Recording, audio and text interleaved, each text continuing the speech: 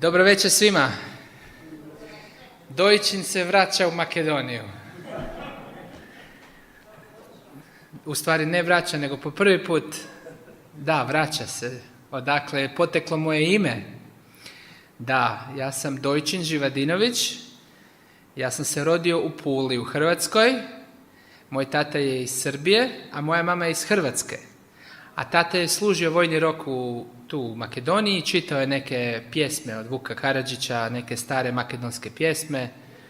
I Bolan Dojčin je čitao neku bolesni, da, neki junak koji je bio bolestan pa je pobedio Turke, neka pesma. Da, Crna rapina. I onda mi je dao to ime. I nigde ja nisam sreo nikad nikog koji ima to isto ime. Sad je rekao Borče da ima tu negdje u Makedoniji još jedan Dojčin, ali ja još nisam video. Tako da, evo, makedonsko ime i tu sam među vama napokon. I propovijedao sam u Lokvama kod brata od Perse, da već drugi put. Imali smo seminar knjige Otkrivenje, sada prije 7 dana, a prošle godine smo imali o rođenje duhom. Novo rođenje, to je jako, jako važna tema i to je moja glavna tema. Ja gdje god idem, gdje me zovu ljudi da propovedam, kažu mi, brate, propovedaj probuđenje. Treba nam probuđenje u crkvi, da se probude zaspale device. To nam treba. I to mi je Bog dao ovako, da se probudi Laodikejska crkva. To je najbitnije. A otkrivenje ćemo posle, drugi put, druge godine. I to je lijepo, ali glavno je da mi stvarno se zaljubimo u Isusa. Na jedan poseban način. Pa evo, ja bih vas sad zamolio da pognemo glave, da se pomolimo, pa da počnemo našu temu. Dragi nebeski Oče, hvala ti, Gospode Isuse, što smo tu, što ova crkva tu stoji, što želi da radi za tebe u ovom okrugu. Ja te molim, Gospode, da mi daš Duha Svetog, da ovo što budemo proučavali sad, da bude promjena našeg života za uvijek. Molim te, Gospode, da probudiš nas, Gospode, mi smo zaspale djevice, daj nam ulja u naše lampe, u naše Biblije. Daj nam ulja i očisti nas, Gospod. Mi imamo prljavštinu, ne može ulje da uđe kad je prljavština tu, jer onda ulje ne može da gori. Molim te, Gospode, očisti nas prvo vodom tvog očišćenja. I zato te molim, Isuse, dođi ovdje, ti govori kroz mene da ovi ljudi zaborave da je tu ikakav Dojčin, da tu ne postoji nikakav Dojčin, nego da vide samo Božju riječ. Molim te, Gospode, blagoslovi nas i daj nam više ljubavi jedni za druge, da se pokajemo za naše grijehe. I blagoslovi što ćemo sad proučavati. U Isusovo ime. Amin. Amin.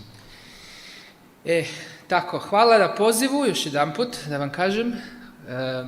Ja inače sam preko ljeta u Puli, ali ove godine i crkva Kranj u Sloveniji i Lokve su me zvale i sad vi u Skoplju, tako da evo, hvala Bogu da mogu da poslužim. Ja sam inače profesor u Americi sada. Prije sam išao, studirao sam u Francuskoj, Collonges, tamo sam magistrirao adventističku teologiju i onda sam išao na doktorat na Andrews univerzitetu u Americi i tamo sam doktorirao historiju hrišćanstva, kako kažu, ili kršćanstva mi u Hrvatskoj.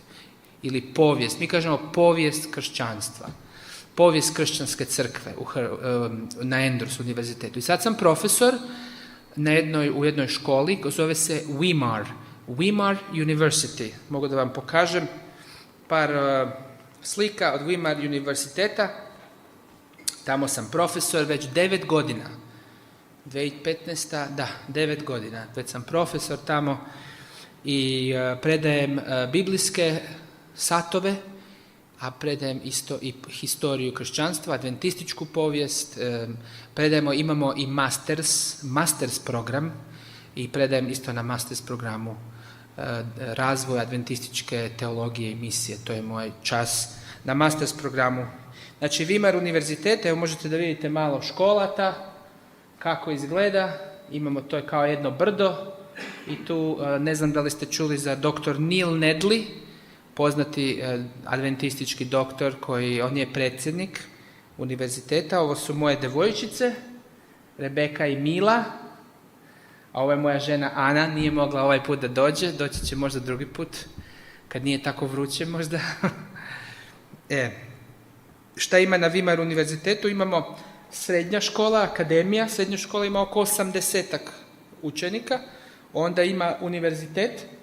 Univerzitet ima 7 grana, ima teologija, ima odgoj, edukacija, odgoj, ima za medicinske sestre, nursing, ima za doktore, za zubare, ima biznis i ima muzika. I ima psihologija interdisciplinarno, možeš psihologiju povežeš sa religijom ili sa biznis, možeš kao 3 u jedno. I tako da ima više grana i oko 150 do 160, 180 učenika imamo na univerzitetu. A onda još nekih 20 na masters program. Imamo 2 masters programa. Jedan je masters iz biblijske misije za misionare i za pastore, a jedan masters je counseling, savjetovanje, kao hrišćansko psihologija je savjetovanje. To imamo na New Start. A osim toga New Start program. Da li ste čuli za New Start program? New Start, to je onih 8 zakona zdravlja. To je poteklo iz Weimara. Weimar je počeo taj sanatorij, 8 zakona zdravlja. To postoji, to ima svakih 15 dana dođu pacijenti, njih 20-30, pa se liječe od dijabetisa, od kolesterola, od visokog krvnog šećera i tako. I jako puno ljudi se promeni život kroz New Start i mnogi ljudi dođu u crkvu preko tog sanatorijuma. Onda ima dr. Nedley, ima za depresiju i anksioznost, program 10 dana koji je najbolji u Americi. 90% izlečenje od depresije kroz program od dr. Nedleya. I tako, ima jedna klinika, ima misionski program TCI gdje posećujemo komšiluk i tako dalje, tako dalje. 4 osobe iz generalne konferencije sjede ili su sjedile u odboru Weimar univerziteta. Jerry i Janet Page, oni su bili na generalnoj konferenciji, i Mark Finley i Tini Finley, oni su isto u odboru Weimara. Znači, to je povezano. A Ted Wilson, predsjednik Ted Wilson u 6 godina je 2 put došao na Weimar univerzitet i financira našu misijsku službu koju imamo tamo, Total Community Involvement. I imamo i crkvu na Weimaru, oko 350 članova.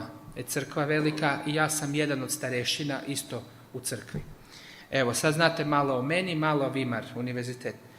I sad idemo mi na našu temu za danas. Da li ste spremni za današnju temu? Jako važno.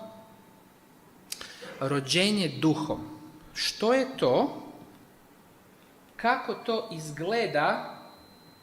I zašto je to važno? Da li vi mene čujete od ozada kad dođem ovako, kad sam tu? Da, odlično se čuju. I vi se isto dobro čujete. Ok. Znači, ja imam seminar od 6 prezentacija seminar, inače. Ali ja ću da ga skratim u 5. Tako je Borče rekao, nemoj mnogo vruće, nemoj 6, pa smo nekako skratili u 5. Večeras ćemo gledati da li si zaista rođen od duha ili samo od vodata. Od vode, je li tako? Ja govorim dobro makedonski. Od vodata.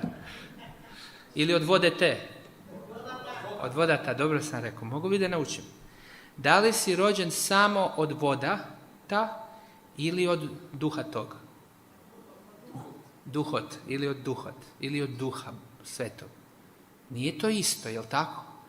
Onda, kako onda ako nisam, i ako se prepoznaš da nisam ili možda sam bio pa sam otpo? Kako da se vratim? Kako da doživim novo rođenje mog srca? A treće, i onda ćemo sutra hrvanje s Bogom, zato što mnogi put mi ne želimo da predamo ono što volimo u svetu. Mi hoćemo da budemo Božji, ali hoćemo i svet. I onda bude hrvanje s Bogom, kao Jakov. I u to hrvanje je jako važno. To će svaki hrišćanin u životu ima hrvanje. Da na kolenima on mora da pobedi sebe i da postane Izrael. Što znači pobednik. I onda ćemo da govorimo o sigurnost spasenja i da li mogu da izgubim spasenje. I onda ćemo da govorimo o krajnji cilj, zapečaćenje i kasna kiša. Kako se kaže kiša makedonski? Dožd. Pozni dožd. Kasna kiša. Evo, to će biti tema. Sutra, u subotu ujutro, kako da doživim novo. Nemojte da fulate sutra u 9:30. Kako da doživim novo rođenje. To je najvažnija. Onda treće za propoved, hrvanje sa Bogom i onda popodne sigurnost spasenja i krajnji cilj. Te dve. Ovo ćemo malo da gurnemo unutra, malo ćemo da sklopimo. Današnji večeras idemo na to da li sam zaista rođen od duha, a ne samo od vode. Otvorimo u Bibliji Jovan ili Ivan 3. poglavlje. Ja ću da ga stavim tu isto, ali ako imate Bibliju, otvorite Jovan 3. poglavlje. Tu se javlja taj citat rođen od duha. Isus govori o toj teologiji. Šta to znači da si rođen od duha? Kaže, imam tu na srpskom, ne znam, mislim da razumijete, kaže ovako, 1. stih. Beše pak čovek među farisejima po imenu Nikodim, knez jevrejski. Ovaj dođe ka Isusu noću i reče mu, Rabi, znamo da si ti učitelj od Boga došao, jer niko ne može čudesa ovih činiti koja ti činiš ako nije Bog s njim. A Isus mu odgovori i reče, zaista ti kažem, ako se ko nanovo ne rodi, ne može vidjeti carstvo Božje. Nikodem, ko je bio Nikodem? Da li on bio neki mali ovako biblijski radnik u crkvi? Da li on bio pastor jedne crkve? Da li on bio predsjednik oblasti? On je bio predsjednik Unije. On je možda bio i 70 najjačih vođa teologa u celom Izraelu. On je bio u tom saboru, Sanhedrin, Sinedrion. On je znači bio, moglo bi kažemo, predsjednik Unije. Znači, to je čovjek, pastor koji je radio za Boga, koga su ljudi prepoznali da zna Bibliju više od svih drugih i stavili su ga na tu poziciju. Neko ko bi trebao da zna više od svih. A on hoće da reformira Izraelsko carstvo i Isus je u 2. poglavlju, ovo je 3. glava Jovanova, koja glava? 3. A u 2. glavi Isus je očistio što? Hram. I Nikodem je wow. Nikodem bio farizej. A ovi što drže hram su bili saduceji. I oni su se međusobno borili. I sad Isus počisti sav hram od onog financijske hule. I Nikodem kaže, jao, mnogo dobro, on čisti, on možda ima autoritet da reformira crkvu. Da li vi želite da reformirate crkvu? Jao, moramo da počistimo ove saduceje, ova oblast i ova unija, sve saduceji. To mora da se čisti, jel tako? Tako je Nikodem u sebi, zato, ali po noći je došao, po noći, kod Isusa je po noći se rade revolucionarne ideje, i da se ne vidi, i dođe kod Isusa i kaže, joj, ti stvarno imaš neku silu, ti možda možeš da nam pomoći, ti si učitelj. On na njemu kaže, si ti učitelj. Nije ga prepoznao ni kao proroka, ni kao Boga, ni sina Božja, nego učitelj. ti si neki dobar propovednik, sad imaš neku silu, dobro. Isuse, ti si od Boga došao, ne može niko čudesa činiti ako nije Bog s njim. Nikodem je hteo Isusa da na svoju stranu pridobije. Da zajedno farizejski oni naprave reformaciju farizejsku. A Isus njemu ni 5 ni 6, nego ga drito ovako u čelo ga pogodi. I kaže, džaba ti sve te tvoje reformacije. Da reformiraš Saduceje, bez Duha Svetog nema ništa. I zato je on njemu odmah išao da mu kaže ono što njemu treba. A ne da s njim da se on sad svađa o teologiji, o organizaciji, administraciji. No, on je njemu direktno u srce. I kaže on njemu, zaista, znači on totalno drugu temu. Ovaj govori nešto, ovaj ga samo ignorira. I samo mu kaže, ne može nitko ući u Carstvo Božje ako se nanovo ne rodi. I sad on gleda Nikodem. Što? A reče Nikodem njemu, pa kako se može roditi čovjek kad je već star? Šta ti pričaš, Isus? Ti neku čudnu biologiju ovdje propovedaš. Neka čudna anatomija je to. Da se čovjek opet rodi. Pa zar mogu po drugi put ući u utrobu matere svoje da se rodim? Pa šta ti pričaš, Isuse? A Isus mu kaže, ne, pa kako ne vidiš da pričam duhovno? Odgovori mu Isus, 5. stih. Zaista ti kažem, ako se ko ne rodi vodom i duhom, ne može šta? Ne može ući u Carstvo Božje. Moraš da se krstiš vodom, ali i šta moraš da se krstiš? Duhom. Duh ne može ući u Carstvo Božje. Šta je rođeno od tela? Telo je. A da li je telo dobro? Da li ima telo grešne želje? Da. A šta, ako se samo vodom umočiš u vodu, da li će da ti se te grešne želje da imaš vlast nad njima? Ne. Ko može da pobedi grešne želje? Samo duh. Duh Božji. Moraš da Duh Božji da ti da nove želje. Mora da te rodi vodom i duhom. Da opšte uđeš u Carstvo Božje.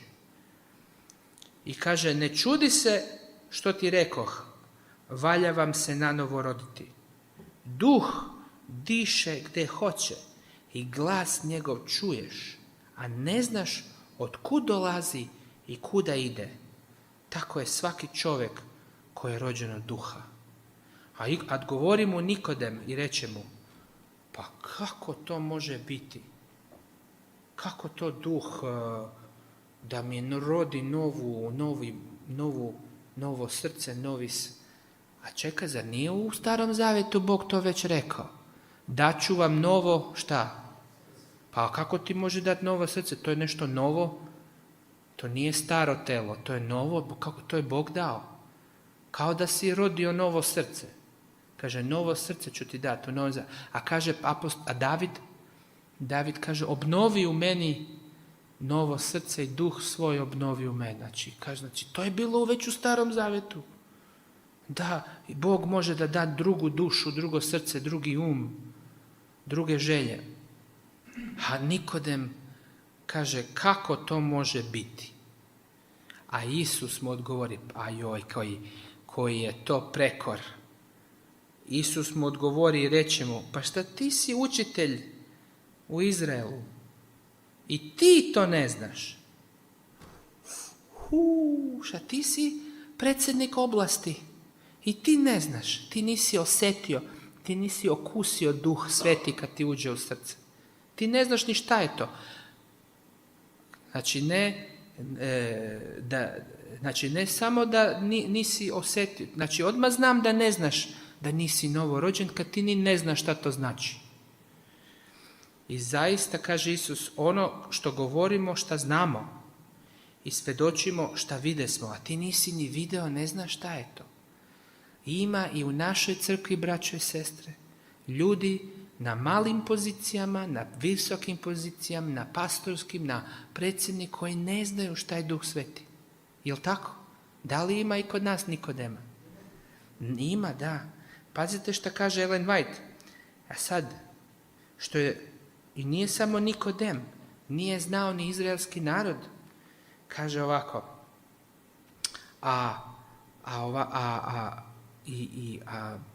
napravili su na Andrews univerzitetu, napravili su studiju koliko ljudi misle da su spašeni, da su obraćeni.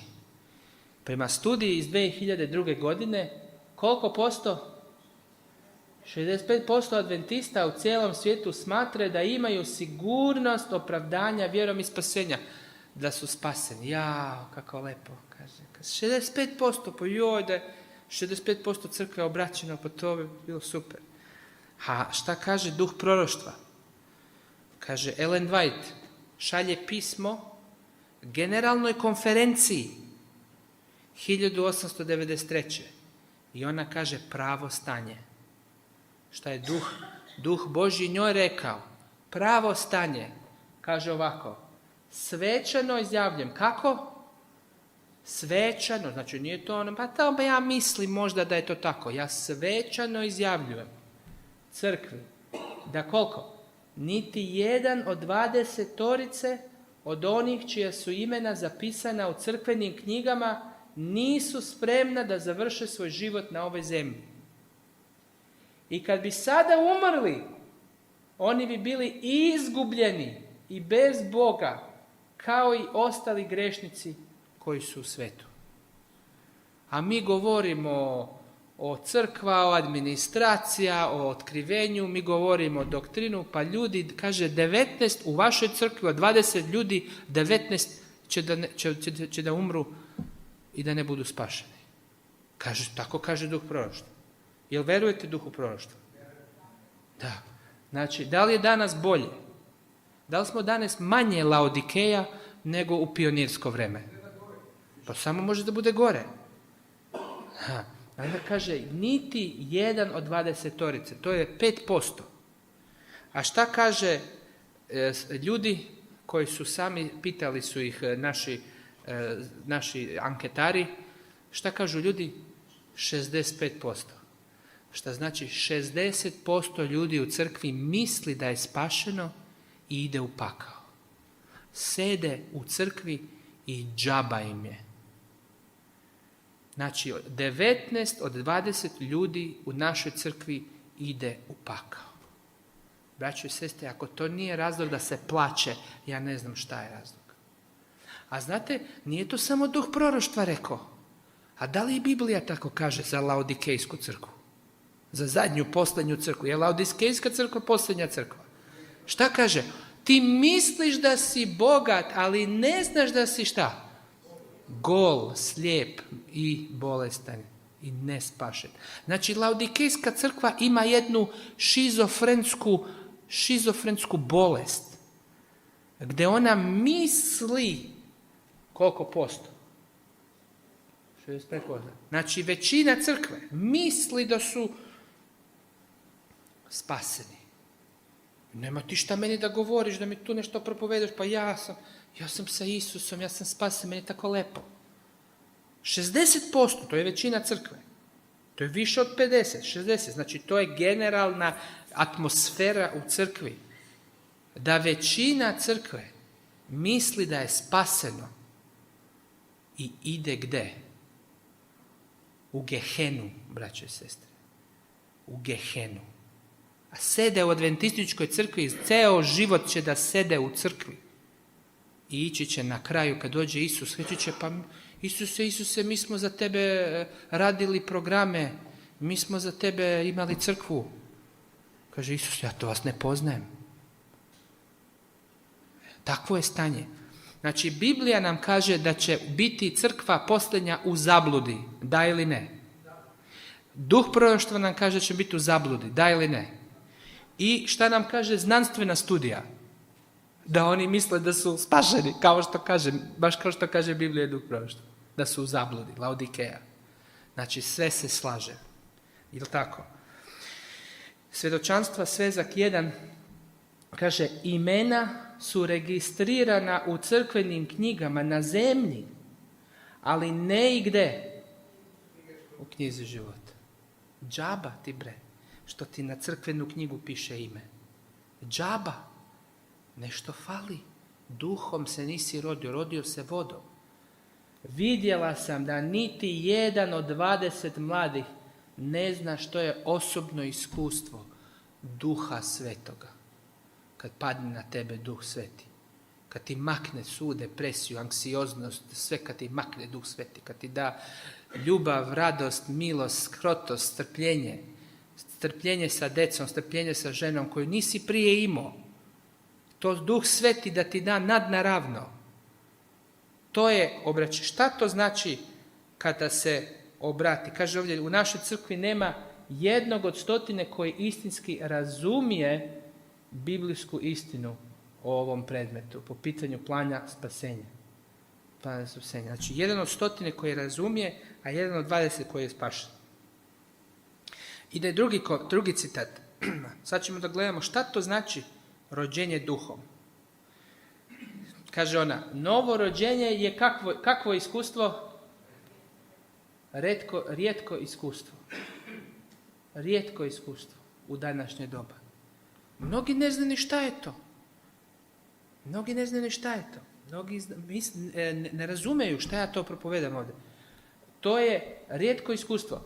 To je glavni razlog zašto imamo toliko nesuglasica Jel imamo mi nesuglasice sa drugim crkvama? Šta je glavni razlog? Nema novorođenja. Kad bi bilo novorođenje u cijeloj crkvi, pa svi bi bili ovako ko jedno. Svi bi bili ljubav, ne bi bilo uopće nerazumevanje, ne bi ti meni kažeš A, ja čujem B. To kad nema Duha Svetog, to samo grešna priroda. Tu se odmah uzbudi. Brat nešto kaže, što si ti to rekao? Odmah se uzbudi. Ja kad ne molim se, ne proučavam, ne predam svoje srce, ne grešim nešto znano, odmah me Duh Sveti ostavi, odmah moja žena dođe u sobu, nisi dobro, odmah ona zna. Tu je neka zver, leži zver, nije dojčin. Evo ga zver. I ona mi kaže, ona mi nešto kaže, ja njoj nešto kažem, ona čuje nešto peto. Ja njoj kažem dobar dan, ona misli sam rekao njoj nešto loše. Čim nema Duha Svetog, Sotona odmah zavadi braću. Jel' tako? I kaže, to je glavni razlog. Mnogi koji se nazivaju hrišćanima su neposvećeni i nesveti. Kakvi? Neposvećeni i nesveti. Oni su kršteni, ali su zakopani živi. Ne umiru svaki dan, svakodnevno svojim ja. I nisu nova bića u Kristu. Šta je rekao apostol Pavle? Ja umirem, kako ga makedonski? Svaki dan. Seki den. Sekoj den. Ja umirem danju. I die daily. 1. Korinčana 15:50. Svaki dan ja moram da umrem sebi. To nije jedanput obraćen, uvek obraćen. Ja svaki dan, Isus mene pita, hoćeš i danas da imaš Duha Svetog? Znači svaki dan ja moram da vidim koje ja imam neke grešne želje, neku grešnu misao, neki greh koji ja volim da radim, ja se probudim, odmah grešna priroda hoće da to radi. Ja kažem, ok, Isuse, evo ti na oltar, ti zakucaj, ti mi daj da mrzim taj greh, uzmi to od mene, neću da to radim, zakucaj me na križ, daj mi Duha Svetoga da mrzim taj greh. To se zove umiranje kome? Sebi. Svome sebi. Kaže, oni nisu zakopani živi, jer ne umiru svakodnevno svojemu ja. I kaže, narod je više u neznanju o predmetu plana spasenja i treba više poduke o tom pitanju nego bilo kojem drugom predmetu u crkvi. Evo, to je ono, braće i sestre, što ja bih hteo da mi proučavamo danas i subotu sutra. Poduka o plan spasenja. Da li vi mislite da je to dobra ideja da to proučavamo? Da li to treba više da proučavamo nego išta drugo? Je li tako? Laodikeja, to smo rekli. Sad, zašto razloge? Zašto je Laodikejska crkva, ona misli da je spašena, a mnogi nisu obraćeni duhom? Kako oni to ne vide da su neobraćeni? Kako to? Ellen White odgovara na to pitanje i kaže, pa kako to ako nisi rođen Duhom Svetim? Pa valjda to se vidi. Kako to ne vidiš? Ne vide, ne znaju. A kako ne znaju? Zato što, evo, Ellen White odgovara na to pitanje. Kako ne znamo? Kaže, mnogo puta. Koliko puta? Mnogo puta mi je bila pokazana opasnost da ćemo kao narod, adventistički narod, poprimiti što? Krive ideje o čemu?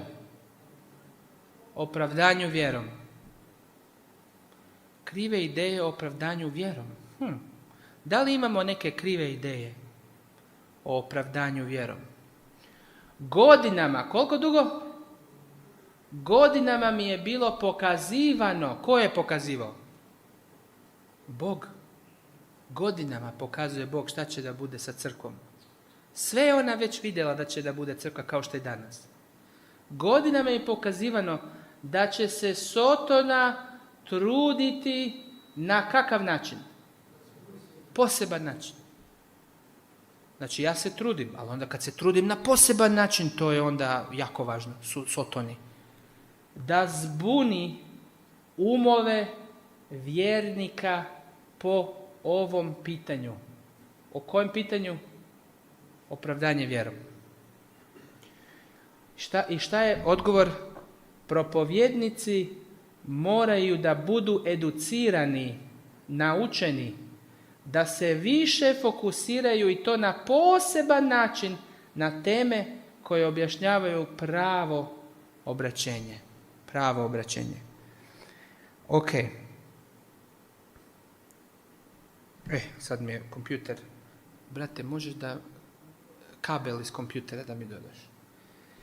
Pravo obraćenje. I šta je sad pravo obraćenje? Zaboravili smo kompjuter da prikopčamo na struju.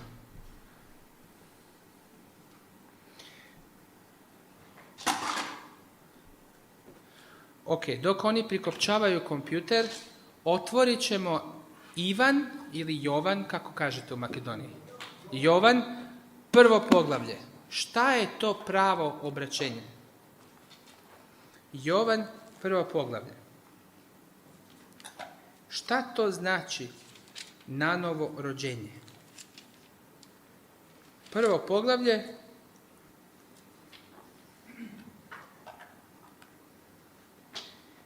12. stih i 13. stih. Ako dođete do tog stiha, kažete amen. Ako niste još došli, kažete pomoć. Jovan 1, 12 i 13. Kaže ovako. A na site koji go primija, im dade vlast da stanat Božji deca. Na oni koji verovat vo njegovo to ime, koji ne se rodija ni tu od krv, ni tu od telesna pohod, ni od volja na maž, tuku od Boga. Znači, kad se neko rodi, da li je on beba? Da ili ne? Da. Kad se rodimo od tijela, da li smo mi tjelesna beba? A kad se rodimo duha, šta smo? duhovna beba. Ili ovdje kaže deca. Ili tako? I kaže, i svi koji primihše, svi koji ga primija, im dade vlast da se zovu Božja deca. Božja deca. A kako mi znamo ko je Božja deca? Oni koji veruju u njegovo ime. A kad veruješ u njegovo ime, kaže, koji se ne rodija niti od krv, niti od telesna pohod, niti od volja na maž, tuku od Boga, nego od Boga su se rodili. Znači, duhovno rođenje, moj tata se zove Rade. On je iz Srbije. I moj tata mi je dao tjelesno rođenje. I moja majka ta su mi dali tjelesno rođenje. I ja imam ovu krv i meso i ove sve žile, je od njih došla informacija iz DNK, iz njihovih gena. I ja sam takav. A takav i dali su mi, i pošto su on i njihovi oci 6000 godina grešili, kakav ću ja da budem? Grešna priroda, slaba priroda. Moj frontalni dio mozga koji treba da kontrolira moje žudnje, moje pohote, on je slab, jer su ga moji dedovi alkoholom slabili. I muzikom su ga slabili, i hranom, prehranom, i slab mi je frontalni režanj. A moja pohotna želja, to se zove limbic system, to je talamus u centru mozga koji ima žudnje, koji hoće da, koji emocija, žudnja, pohota, želja, to je sotona pumpo. 6000 godina, kaže, just do it, ko Nike, znate kako je Nike, just do it. Samo greši i onda ti se to ojačo, taj mišić, a slabe ovaj mišić, frontalni kontrola slaba. I mi smo svi rođeni, a hormoni isto, od svih životinskih hrane, hormoni, svi jaki hormoni, kaže, ne mogu, imam želje. Pa da, moraš nanovo da se rodiš. Pa ja sam rođen u ovom telu, ne mogu kako. A onda kaže Isus, a kad dođe Duh Sveti, znate šta radi Duh Sveti? Onda kad dođe Duh Sveti, Pavle kaže, ja sam novi što? Novi čovjek, novi stvor. Gdje to piše? Ja sam novi stvor. To je u 2. Korinčanima 5. I kaže ovako, jer zato 5:17, zato ako je ko u Hristu, on je nova šta? Nova je tvar. Šta to znači tvar? Znate šta je to tvar? Stvorenje. To je tvar. Tvar je materija. Materija. Ti ovaj mozak što ti je dao od moj tata Rade, Bog ti da sad novu tvar. Znači, ove kanale u mozgu, ove kanali što povezuju limbic system i frontalni režanj, koji su samo htjeli da greše, onda Bog dođe i ovako ih blokira.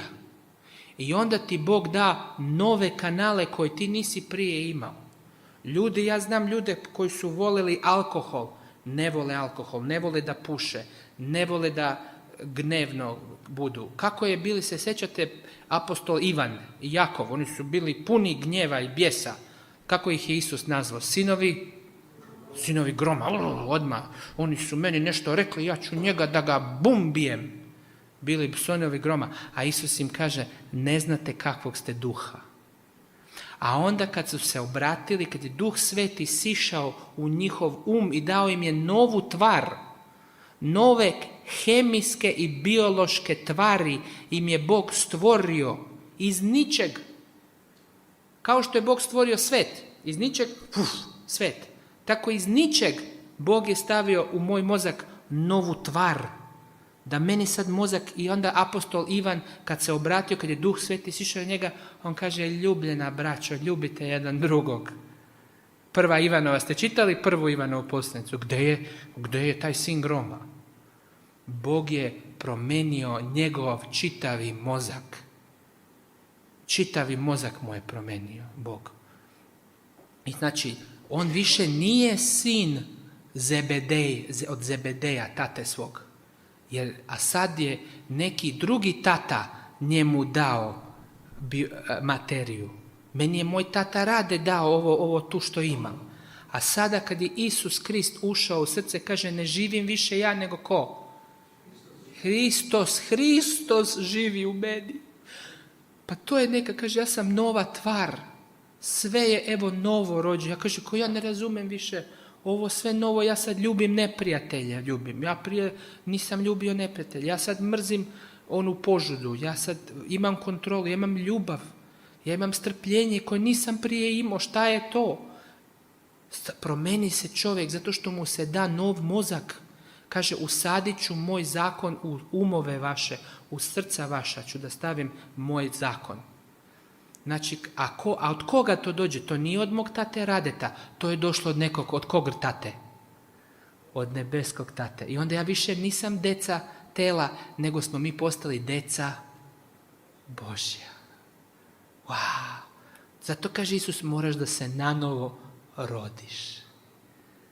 Ti si se rodio, ali sada ima duh dođe pa te novo rodi. Ti dobiješ novu materiju, nove kanale moždane, nova tkiva, nova vlakna, kemijski, biološki, ti si nov tvor, kaže Biblija. Vi ste nova tvar. I šta radi nova tvar? Gledajte sad u Galatima, kad imate Duha Svetog, šta radi Duh Sveti? Odmah Duh Sveti radi, kaže, ne radi više niti čaranja, ni neprijateljstva po crkvi, ni svađe. Kaže, vidite što piše ovdje, poznata su dela čija? Telesna, je to duh ili telo? Telesna, koje su preljubočinstvo, kurvarstvo, nečistota, neprijateljstva, svađe, jer ima svađa, pakost, srdnja, prkos, rasprava, sablazan, jeres. To je sve telo, kad neko jeres radi herezu, to ga je telo navelo na herezu, hoće nešto novo da izmisli, a nije po Bibliji. To je jeres. Zavist, ljubomora, ubistva, pijanstva, žderanje i ostala ovako. To je sve telo, a rod je duhovni šta? Ljubav. Prema neprijatelju ljubav. Radost, kad te neko proganja, ti radost. A se sjećate Pavle i Sila? Pavle i Sila u zatvoru. Šta su radili Pavle i Sila u zatvoru? Pevali Bogu. U zatvoru. Oni ih šibali, bacili ih tamo, onaj zatvor, nema ni kanalizacija, ta nema ništa, a oni slave, ljube Boga, što Bogu da muče telo svoje za Isusa, da svedoče. Oni sretni. A mi nismo sretni što malo klima ne radi. Jel' tako? A Duh Sveti kad dođe, on ti da radost. Nema tu da se ti, nešto mi ne valja, nešto mi fale, nisi do, se neke cepi dlačimo, nešto nije dobro. Kaže, radost, mir, trpljenje, strpljenje, dobrota, milost, oprosti bratu svom, milosti dođe. Odmah ti na srce dođe da si ti milostiv, da ti se ne uvrediš kad te neko nešto kaže. Vera, krotost, uzdržanje, da ne prežderavaš se, uzdržanje. Na to nema zakon protiv toga. I pazite, 24. stih kaže, a koji su Hristovi što? Šta su? Raspeše šta? Telo sa slastima i željama. Ona je stari čovjek. Šta? On je gde? Raspeše. Kad te neko razapne, da li si ti mrtav? To je trik pitanje. Kad te neko razapne, da li si odmah mrtav? Treba ponekad, može i po 10 dana da živi. Ali da li može da se miče? Ne može. Tako i naša grešna priroda. Dokle god mi sledimo Hrista, Duh Sveti na nama šta radi? On blokira želje tela. Kao neku anesteziju. Anestezija, kako se kaže kod vas? Anesteziju, znate, ti ni ne osjetiš. Neko ti kaže, glupane jedan, a ti se onako, izvini brate, šta sam rekao? Znaš, uopće se ne uvrediš. A on je rekao ružnu reč. A tebe to ne vređa. Ti samo gledaš kako da njemu ugodiš.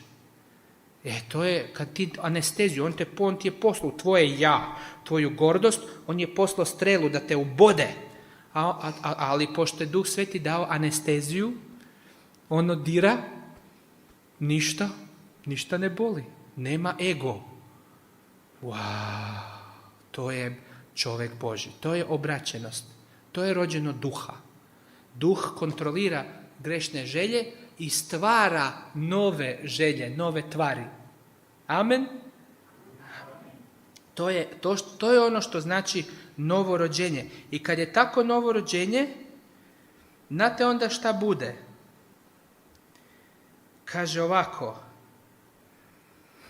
sad ću da vam pokažem, Ellen White kaže, kada dođe novo rođenje, odmah dođe ovakav duh, kaže, kad primimo Krista, da obitava u duši, ne samo da mi znamo intelektualno, nego da njegova sila, njegov duh uđe u dušu. To je druga stvar. To treba pokajanje. Kaže, šta odmah dođe? Mir Gospodnji koji nadilazi svaki razum će čuvati naše srce i u Kristu Isusu. Kaže ovako, nikakva olujata ljudskog ili sotonskog gnjeva ne može da poremeti mir tog savršenog zajedništva sa Bogom. Ne može ništa ako si ti sa Isusom, kaže meni moja žena, pa dobro, to su mi oni dani. Ne može oni dani da ti poremeti mir. Nikakva oluja ljudskog ili sotonskog gnjeva ne može da poremeti mir. Ili mi kaže, bio sam umoran. Nema veze što si umoran. On je rekao 3 ružne reči, da je rekao jednu, ali je rekao 3, pa onda sam se isto znam. Ne može. Ako je čovjek obraćen, on je drugi tvor, on ima drugčiji sklop, funkcionira mu mozak na drugi način. Ne može da poremeti mir tog savršenog zajedništva sa Bogom. Isus nam je rekao, mir ostavljam sa vama, mir moj ja vam dajem. I sad kazite, šta uništava naš mir? Pogled, ljubav prema svome kome? Svome ja uništava naš mir. Ljubav. Ja volim moj ego. Ljubav prema svome ja. Dok je ja živo, mora da umre. Ne možeš da se rodiš na novo ako si već rođen. Ti moraš da umreš sebi i da budeš rođen. Uskrsneš sa Isusom Kristom. Kaže, dok je naše ja živo, mi smo spremni da ga neprestano šta? Branimo od poniženja i uvrede.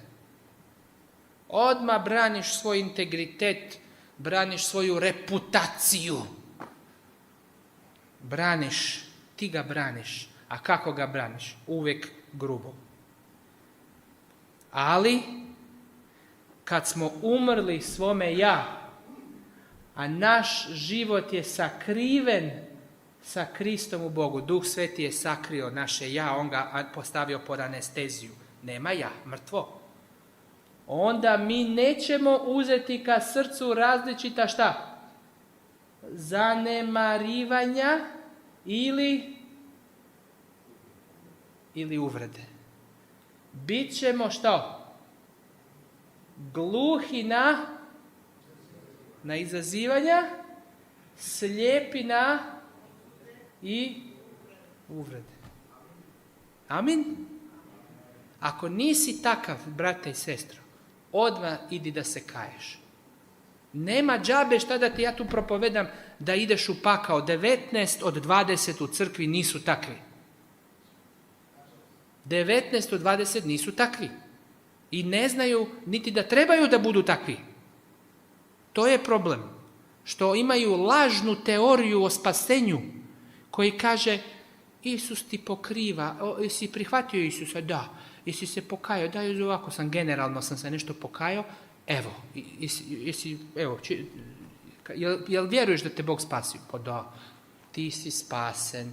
A gde si ti umro svome ja na kolenima, da si se hrvao kao Jakov sa Bogom, rekao, oprosti Bože, kajem se za sve grijehe, umirem svome, ja sve znam, to ne valja, neću više. Obraćenje, neću više. Umreš svome ja. I onda dođe Duh Sveti. I onda on radi novo srce, novu dušu. Ali mi imamo lažnu teologiju u crkvi, koja ti ne propoveda to, nego ti kaže da si ti pokriven Hristovom milošću, iako se nisi pokajao i nisi odbacio svaki znani greh. Evo, to je ono što mi propovedamo. Lažna nauka je u crkvi. To je Ellen White rekla. Ona je rekla razlog zašto nisu ljudi obraćeni je šta bio razlog. Se sjećate šta je bio razlog? Ovako.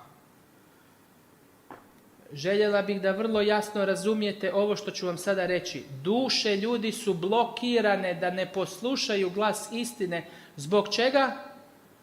Konfuzije različitih ideja o obraćenju. Ima ko ne, ovaj kaže ovo, ovaj kaže ono, samo ne treba da se pokajem, ne treba da odbacim. Ja mogu i dalje da gledam one filmove, mogu da gledam ovo, pa nema veze. Kaže, ja sam spasen. Isus je milost, Isus je ljubav. Znači, spasenje u grehu nema. Lažne ideje o obraćenju i spasenju.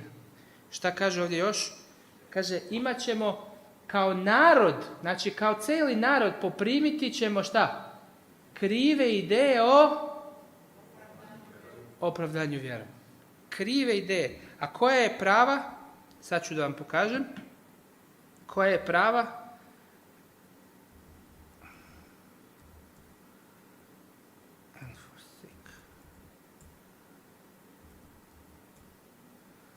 A evo vam ga prava. Evo je prava.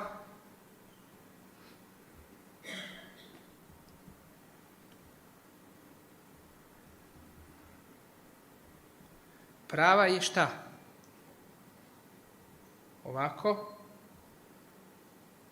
Gospodin, Bog, Isus, je jasno otkrio svoju volju po pitanju spasenja grešnika. To nije nejasno, jasno. Gospod će primiti svakog grešnika koji se kaje i koji šta? Baci svoje grehe. Gospod je predao svog jedinog sina ovome svetu da se svet spasi kroz njega, ne tako da ostane u grehu i nečistoti, nego jedino kroz odbacivanje greha.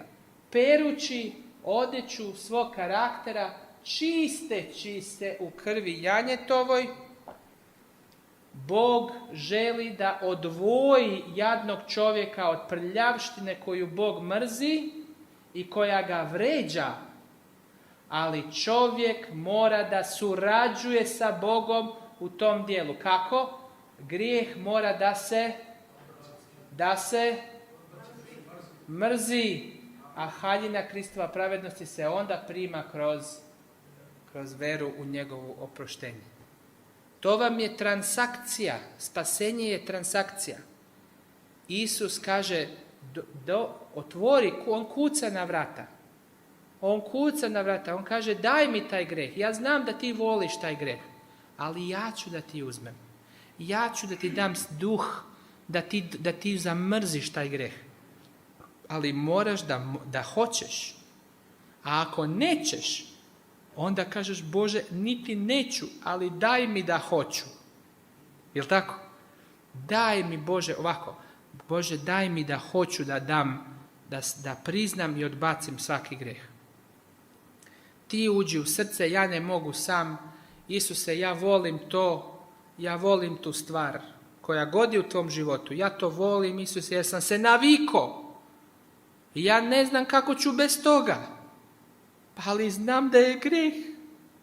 I onda kaže, Isuse, ja ne mogu da ti dam, ti dođi tu i ti ga uzmi. Evo, Isuse, dođi, ti ga uzmi. Evo, uzmi, daj mi mržnju, daj mi ljubav za tebe, a mržnju za to. I šta mislite da će Isus da kaže ne na takvu molitvu? Nikad. Isus će možda da kaže ne za molitvu kad ti kaže, Isuse, daj mi auto, daj mi kuću, daj mi novce. Možda da, možda ne, a možda kasnije. Ali kad ti kažeš, Isuse, ja ne mogu da ti predam greh, ti ga uzmi. Kakav je odgovor? Kakav? Uvijek da. Uvijek da, sine moj.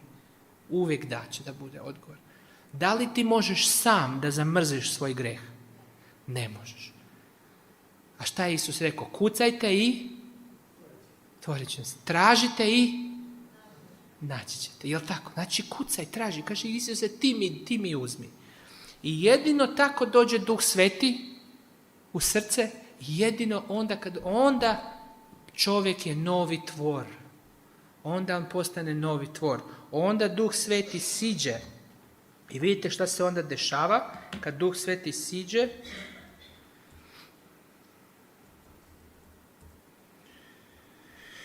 Idemo tu, citat. Kako izgleda kad Duh Sveti siđe. Vidite šta se dešava. To je Čežnja vjekova 324. Kaže, kad se duša šta? Preda. Znači moraš da predaš. Ovako kaže Isuse, ti uđi u dušu, ja ti dajem, neću više. Predaš. Kad se duša preda Hristu, šta dođe? Nova sila. Ti osjetiš silu kao energiju. Ali to je kao blaga ljubav, duh dođe, ovako ti zaplačeš i samo ti uzme želju za to. Ti točno znaš, to je duh i dođe tako lepo. Kaže, nova sila zagospodari novim srcem. Nastaje promjena koju čovjek nikada ne može sam za sebe da izvrši. Ne možeš ti sam da sam sebe rodiš. Mora neko da te izvadi, to je Isus Krist, da te izvadi iz greha i da ti da novu duh, novo srce. Kaže, kakvo to je kakvo delo? Nadprirodno delo koje unosi nadprirodni što? Element u čovjekovu prirodu. Braćo i sestre, hrišćani nisu normalni ljudi. Jel' tako? Šta oni imaju u svojoj prirodi? Nadprirodni element. Nadprirodni element. Šta je prirodno? Kad te neko lupi, ti njemu isto tako i više. To je prirodno. A šta je nadprirodno? Isuse, oprosti im, on ne zna šta čini. To je nadprirodno, to je Duh Sveti, ljubav Božja. To, kad uđe u srce, to je nešto nadprirodno. Ti si onda, ona kaže supernatural element, na engleski supernatural element. Nema šta da gledaš one supermene, spidermene, one x-mene. Ti si superman. Ti superman. Znate što znači super? Znači nisi men, čovjek, ti si superman. Super, znači iznad nadprirodnu moć imaš da ljubiš neprijatelje, da budeš strpljiv kad je neko dosadan, da ljubiš ljude oko sebe, da imaš radost i mir i kad te proganjaju. To je nadprirodno. To je hrišćanin. Kaže, duša koja se podčini Kristu postaje njegova tvrđava koju on drži u svetu pobune i Isus gleda da ni jedan drugi autoritet osim njegovog ne bude u njoj priznat. Nema tu da ti kažeš pa malo će tu da dam Sotoni, ovako tu od televiziju ću da dam Sotoni, a tu ću da dam Isusu malo. Nema tako.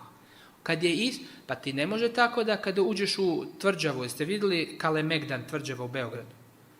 Znači ne može ti da uđeš u tvrđavu da sedneš na tron kad tu ima neki drugi tron i neko drugi sedi tu u tvrđavi. Ili si Turčin ili Srbin vlada. Ne može dva da vlada. Jel' tako? Tako i ovdje kaže, ne može u kraljevstvu Božjem, ne može i Sotona malo da vlada i malo Bog da vlada. Pitali su Isusa, reci nam Isuse, gdje je kraljevstvo Božje? A šta je on rekao? Kraljevstvo Božje je u vama. Znači, kad Duh Sveti siđe u ovaj teritorij, šta to postaje? Kraljevstvo Božje. To postaje tvrđava. Ti postaješ tvrđava. Njegov teritorij.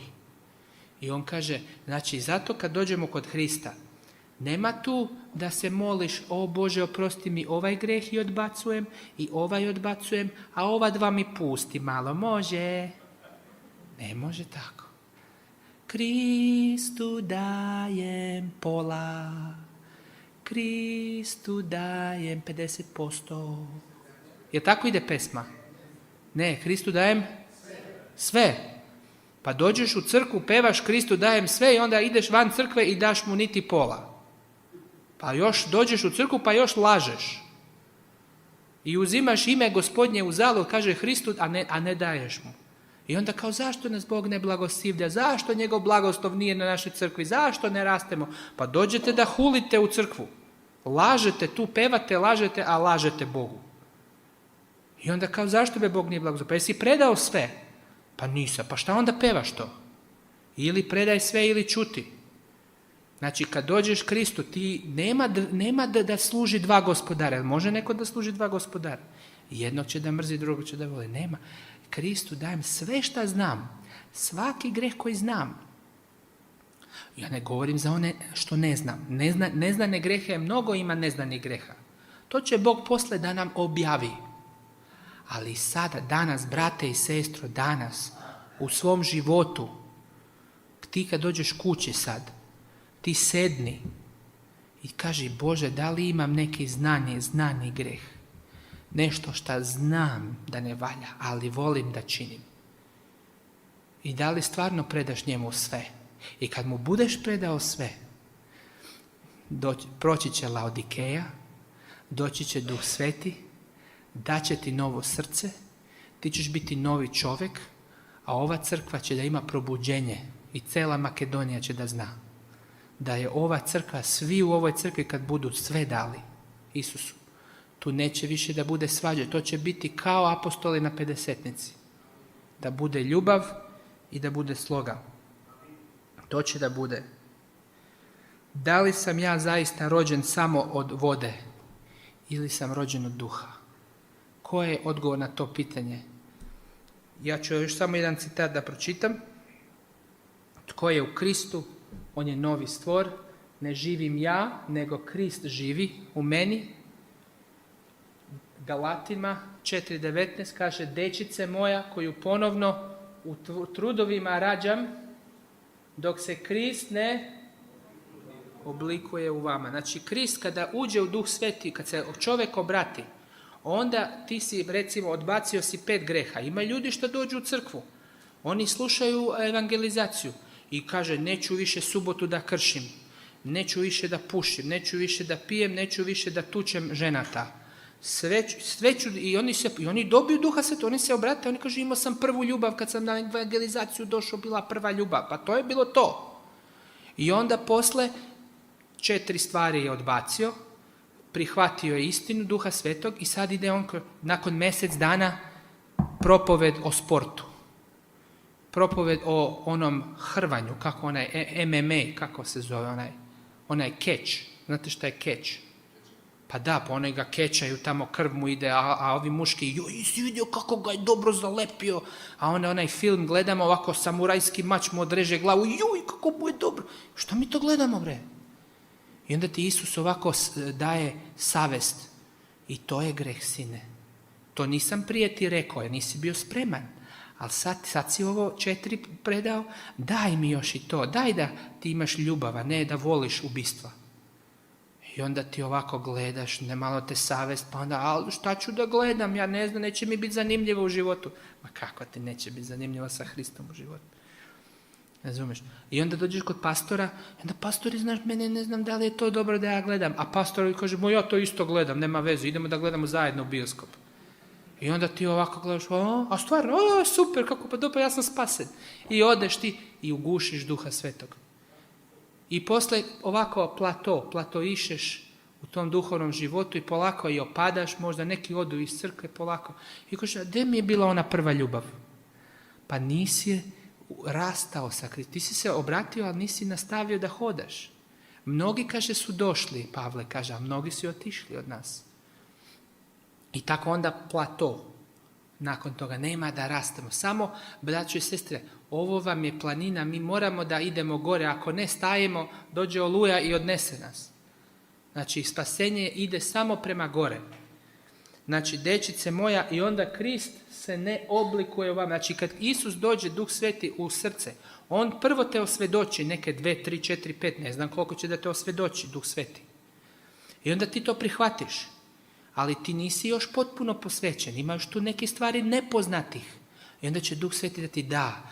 1, 2, 3, sve dok se Krist potpuno ne oblikuje u vama. Amin. Znači, to je to. I samo ćemo da završimo sa ovim citatom za večeras. Ovako, još ovaj citat, jedan divan citat. Ovo smo čitali.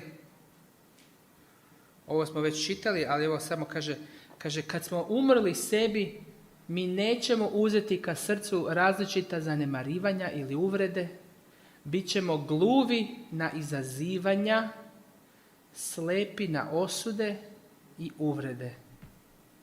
I onda kaže, ljubav dugo trpi. Mi kratko trpimo, ali kad imamo ljubav dugo trpi. Ona je nežna. Ona ne zavidi. Ja, ona ima više od mene. Ne zavidi. Ne hvališe se. Ne voli da se hvali. Ne ponosi se, ja sam neko nešto. Ne, nema. Kad je Isus Duh Sveti, on sve promeni. Ne ponosi se. Ne traži svoje. Ne da se isprovocirati. Šta kaže ovdje? Zaboravlja nas. Jesi zaboravila šta ti je napravio, ne? Pa zaboravi mu, oprosti mu. Kaže Isus, oprostit će vam grehe vaše kao što vi opraštate dužnicima svojim. Kaže, zaboravlja na zlo, sve podnosi, sve veruje. Kaže, joj, neću više, brate, neću više, to izvini. Verujem ti, brate. 5 puta si napravio, ali kaješ se opet?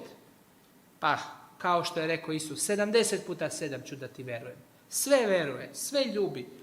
Sve mu se nada se da ćeš da se promeniš jedan dan, ja se nadam, sve mu se nada. Isus sada gleda gore, on se nada da ćeš ti da se promeniš. Sve mu se nada, sve podnosi da te spasi. Ljubav nikad ne prestaje. To je ljubav. Amin. To je prava ljubav. Misli sa gore blagoslova Ellen White, strana 15. To je moja najdraža knjiga. Misli sa gore blagoslova, strana 15 i 16. I kaže Psalam 119, veliki mir imaju oni koji što? Čuvaju zakon tvoj i ništa ih neće uvrijediti. Ne može da te uvredi niko kad si mrtav. Šta kaže Kološanima 3.1? Kološanima 3.1, šta kaže? Kološanima 3.1, meni Duh Sveti kaže, moram još ovo da vam kažem. Kološanima, ako dakle vas krsnute sa Hristom, tražite ono što je gore, gdje Hristos sedi. Mislite o onome što je gore, ne ovo svetsko, a ne što je na zemlji. Jer šta? Šta piše? Jer umreste i vaš je život sakriven s Hristom Bogu. Duh Sveti siđe ovako i sakriva tvoj ego. I umro je. I kaže, pomorite dakle udove svoje koji su na zemlji. Kurvarstvo, nečistotu. Kako možemo da pomorimo takve udove? Pa ne mogu ja sam. Gledajte Rimljanima 8.13. Kaže, braćo, mi nismo dužni telu, da po telu živimo. Jer ako živite po telu, šta? Pomrećete. Ali ako Duhom Božjim poslove telesne, šta? Morite, živet ćete. Kako možemo da poslove telesne morimo? S kim? Šta piše tu? Duhom. Znači, ko? Duh, znači, treba da se rodimo od duha. Amen. I kako se rodimo od duha? Ko kuca, dobiva. Ko traži, otvara mu se. I kažeš, Isuse, ti uzmi, ne mogu ja da ti se pokajem, ti mi daj pokajanje. Ti uzmi, daj mi Duha Svetog, daj da budem kao Isus i da umrem svome ja. I da onda Duh Sveti, on će da mori želje telesne. Tu ćemo da stanemo večeras. Da li je ovo istina, braćo i sestre? Da li ovo i bila istina? Čekaj, evo još ovaj citat i gotovo. Kaže Ellen White, ti ćeš reći, kako da znam da je Krist u mom srcu? Da li se osjećaš uvređeno kada te neko kritizira ili korigira? Da li se tvoje strasti uzburkaju kada stvari ne teku baš onako kako si ti zamislio. Ako se tako osjećaš, umjesto da budeš strpljiv i podneseš ukor ili korekciju, Krist ne obitava u tom srcu. Ti možeš da ideš u crkvu cijeli život, da postaneš mumija ovdje, da sediš ovako, da sediš u crkvi cijeli život. Ali ako ti, kad te neko kritizira, a ti nemaš strpljenje i podneseš ukor, da se pokoriš, poniziš. Ali to nije poniženje ljudsko, nego to je prirodno. Kad Duh Sveti uđe u srce, onda bude prirodno. Krist ne obitava u tvome srcu. A ako Krist nije u srcu, šta bude? Vidite. Vidi Rimljanima 8:10. Ako je Hristos u vama, onda je telo mrtvo. Ako li živi u vama u duh, gledajte, a vi niste u telu, nego u duhu, jer duh Božji u vama živi. A ako ko nema duh Hristov, on nije njegov. Isus će da dođe, vi ćete reći, Isus, ja sam išao u crkvu cijeli život. Kaže, ja tebe ne poznam. Ti si Radetov sin, ali nisi moj. Ti nisi htio da ti dam Duha Svetog. Ja hoću da vidim, Isus kaže, ja svoju decu, ja sam njima dao moju tvar.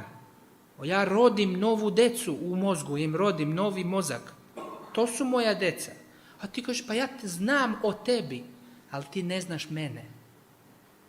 Mi možemo da znamo o Kristu, ali da li smo okusili Krista?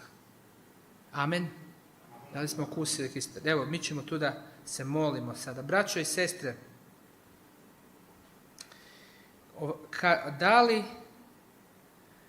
da li možeš da priznaš sebi ovo? Da li osjećaš da si ti kršćanin samo po uverenju, ali ne i po obraćenju? Pa ja sam uveren u ovu veru. Uverenje, ali uverenje je i intelektualno. Ti si se uverio, ali da li je duh zakucao grešnu prirodu? To je obraćenje. Kad ono brati grešnu prirodu i da duhovnu prirodu. To je obraćenje. To je novorođenje. Ti si uveren, ali da li si novorođen? Da li želiš da osjetiš duhovno rođenje u tvom srcu ovu subotu? Možda po prvi put u životu. Da li želiš da se Kristova ljubav i sila izlije na celu crkvu, da svi doživimo novorođenje? Amen.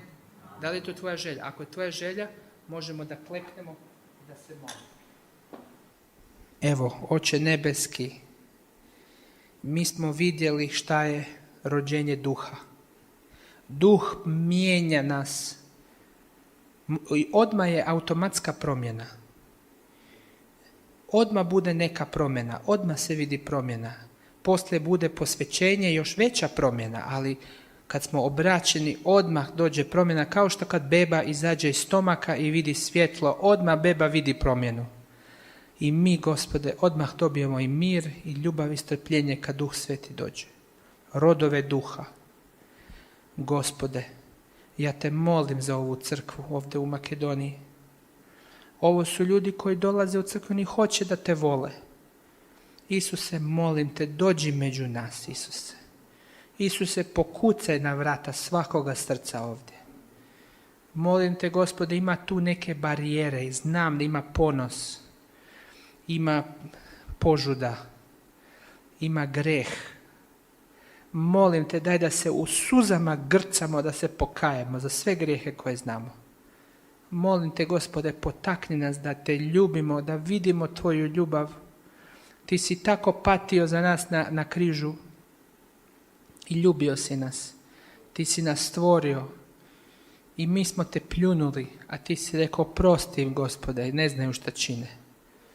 Molim te, oprosti sve naše grijehe. Koliko puta smo sagriješili protiv tebe? Koliko puta smo te odbacili? Molim te, oprosti, kao cela crkva smo otpali. Molim te, Gospode, daj nam Duha Svetog da se novo rodimo. Molim te, Gospode, da u ovoj crkvi bude tvoje obraćenje. Isuse, pomogni meni kao propovedniku da ne grešim ništa više, da se predam Tebi u potpunosti. Molim Te, Gospode, da sutra ujutro dođemo spremni da čujemo celu istinu, da pijemo ovu vodu kao žedne duše. Gospode, molim Te da nas dotakneš, da pokucaš na vrata našeg srca i da nam pokažeš koliko si Ti patio za nas i koliko nas voliš. Hvala Ti, Isuse, mi Te volimo, ja Te volim, Oče. Hvala Ti što si mi se objavio. Hvala Ti što si mi pokazao. Molim Te i da drugima mogu da pokažem.